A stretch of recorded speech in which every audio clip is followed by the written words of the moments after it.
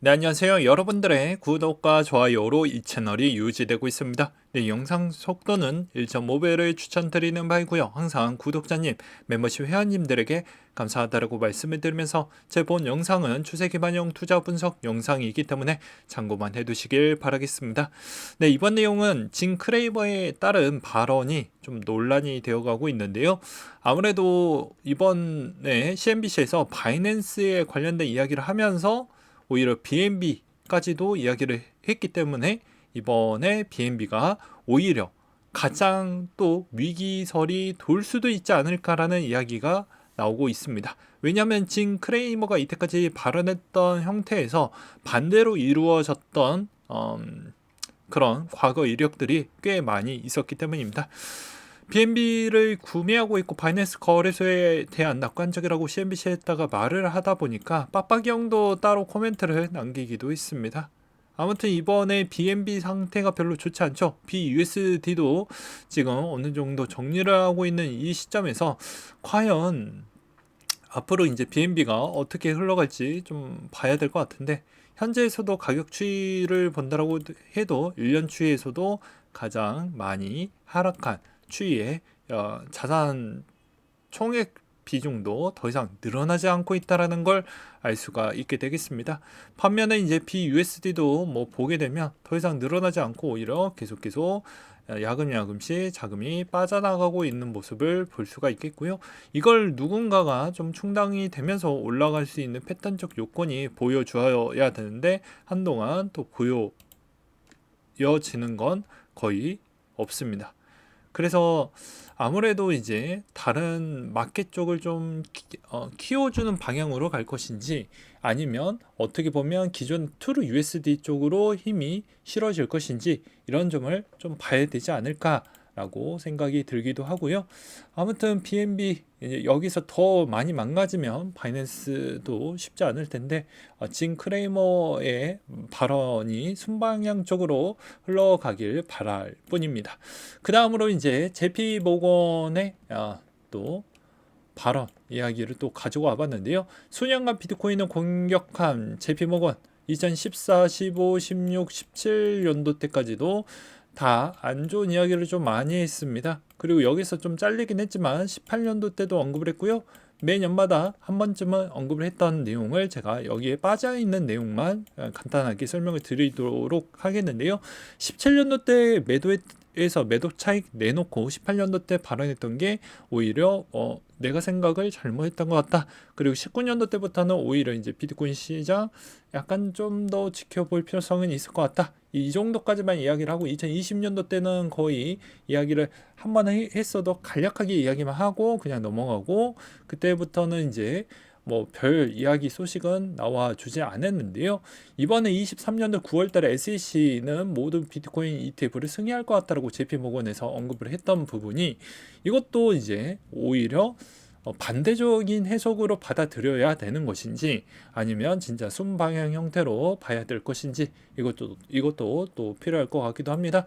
그리고 말 나온 김에 ETF가 이야기가 나왔기 때문에 오히려 ETF의 승인 가능성 여부에 대해서 이더리움 이야기가 자꾸 흘러나오고 있는데요. 9월과 10월에 이더의 가격 상승폭이 과거에 선물 거래소 ETF가 출시되는 시점 3주 동안 60%가 올라왔는데요. 마찬가지로 지금의 만약에 이 비트코인 ETF가 승인이 되고 곧바로 이더의 선물 이게 오히려 만약에 된다라고 하면 아무래도 영향을 좀 받을 수는 있는데, 아직 가격이 안 올라왔기 때문에 이거는 멋진 형태라고 볼 수는 없지 않겠냐라는 그런 이야기가 돌고 있는 실정입니다.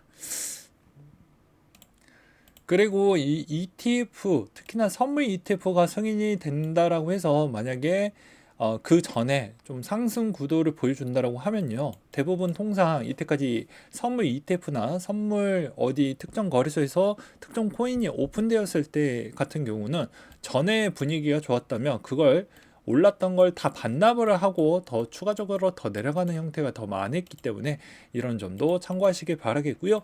최근에 코인베이스 기관 대상 암호화폐 대출 서비스를 또 출시를 했다라고 합니다. 이게 또 어떻게 보면 우리에게 또 이번에 개인이 들어올 수 있을 만한 물량이 좀 상대적 대비 줄어들고 있다 보니까 오히려 기관 대상에 있는 물량을 좀 더 땡기려고 하는 모습이지 않겠냐라는 생각으로도 하기도 했습니다. 이번 21년도 처리한 대출 프로그램과는 좀 다르고요. 대상 프로그램은 개인 고객 대상으로 진행을 해서 반기를 들었던 측면이 있었기 때문에 이번에는 좀 더 보완하고, 그 다음에 여기서도 대출 시에는 대출 금액을 초과하는 담보를 받고 있다라고 되어져 있기 때문에 이 문제점은 거의 나오진 않을 것으로 보여집니다. 왜냐? 지금 고금리 시점에서도 담보가 애매하면 같이 죽어나갈 수가 있기 때문에 그렇다라고 볼 수가 있겠죠. 아무튼 저런 걸 출시를 한다라는 건 아무래도 코인베이스 쪽에 관련되어져 있는 스테이블 코인 USDC나 그 다음에 페이팔 코인 쪽을 좀 더 유심하게 봐야 되지 않을까라고 생각이 들고요. 그 다음으로 또 이번에 그레이스케일 GBTC 거래량이 올해 최고치를 달성을 좀 했다고 합니다. 이들의 시장의 영향력을 강화시켰을 뿐만 아니라 암호화폐 관련 상품에 대한 관심을 고조시켰다고 하는데요. 오히려 이 GBTC 갖고 있는 어떻게 보면 금융기관들이 꽤 많이 있었는데 이번에 좀 많이 빠졌던 게 오히려 좀 회복을 보여줌으로써 마이너스 이율을 좀 최소화시켰다라고 볼 수도 있겠죠. 그래서 오히려 이거가 금융사들이 생각하는 정도만큼의 있는 마이너스 폭을 좀 줄이기 위한 척도로 좀 작용을 했다라는 그런 평가도 있고, 반대로는 오히려 이제 진짜로 이게 그레이스케일이 갖고 있는 이 물량이 순수하게 ETF 쪽으로 좀 바뀌어가는 패턴을 보여주려고 하는, 또 보여지지 않는 그런 고래들이 또 작업질을 하면서 최대 거래량이 또 나온 거 아니냐, 뭐 이런 이야기도 나와주고 있는 실정입니다. 그 다음으로 그레이스케일 미국의 SEC 법원 승리 후에 현물 비트코인 ETF 승인을 촉구했다고 하는데요.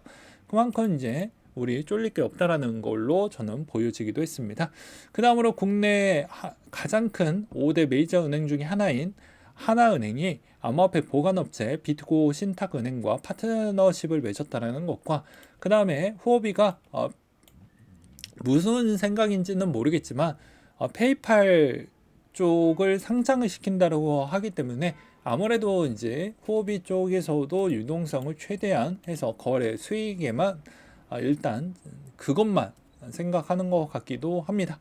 최근에 코인베이스에 스쳐간 5억 불의 이더리움 용도에 대해서도 좀 요즘 시끄러운 편인데요. 간단하게 제가 요약을 좀 드린다라고 하면 다음과 같습니다. 자, USDC 생태계에 부스팅을 시킬 수 있는 뭔가 소식이 나온다고 하는데 현물 ETF 승인을 앞둔 투자자와 옵션 거래가 아닐까라고 예상을 해볼 수가 있습니다. 그러니까 OTC 플러스 옵션 거래 형태로 자금이 들어온 거 아니냐라는 추이로 이야기가 좀 많이 돌고 있더라고요. 그래서 이게 정말인지 아닌지는 좀 시간이 지나면 알 수 있지 않을까라고 생각이 들 수가 있겠고요.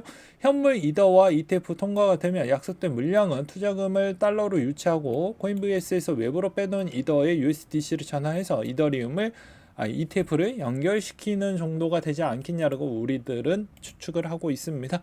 그 다음으로 엑스뉴스 데일리에 따르면 트위터가 미시시피 송금 라이센스를 취득을 했다라는 내용으로 미국 8개 주 결제 서비스를 제공할 수 있도록 금융에 따른 서비스를 계속 열심히 하고 있고요. 아마 내년 정도가 되면 여러분들이 기대할 수 있는 금융 서비스 내용 분명히 나올 것으로 보여집니다. 그 다음으로 24년도에 기대할 수 있는 내용들을 몇 가지 크게 한번 몇 가지 좀 설명을 드리려고 하는데요. 비트코인 반감기, 그리고 미 연준 금리 인하, 그리고 차트 지표 온체인 데이터, 미국 선거, 비트코인 현물 ETF 내용이 될 것 같습니다. 아무래도 이제 3월, 4월달이 가장 전환점을 많이 주는 시점이기 때문에 뭐 코인이 됐든 간에 부동산이 됐든 간에 모든 자산에 얽혀져 있는 그 시점에 가장 중요한 형태라고 저는 생각이 들고요. 그 다음에 17년 이래에 추세선을 좀 그어 보았더니 이번에 강력한 추세 지지선이 나왔다라는 내용도 있기도 했습니다. 그래서 23년 연간 추세선 지지선을 보았을 때 22,000에서 23,000선이 좀 많이 보여진다라는 내용도 있었고요.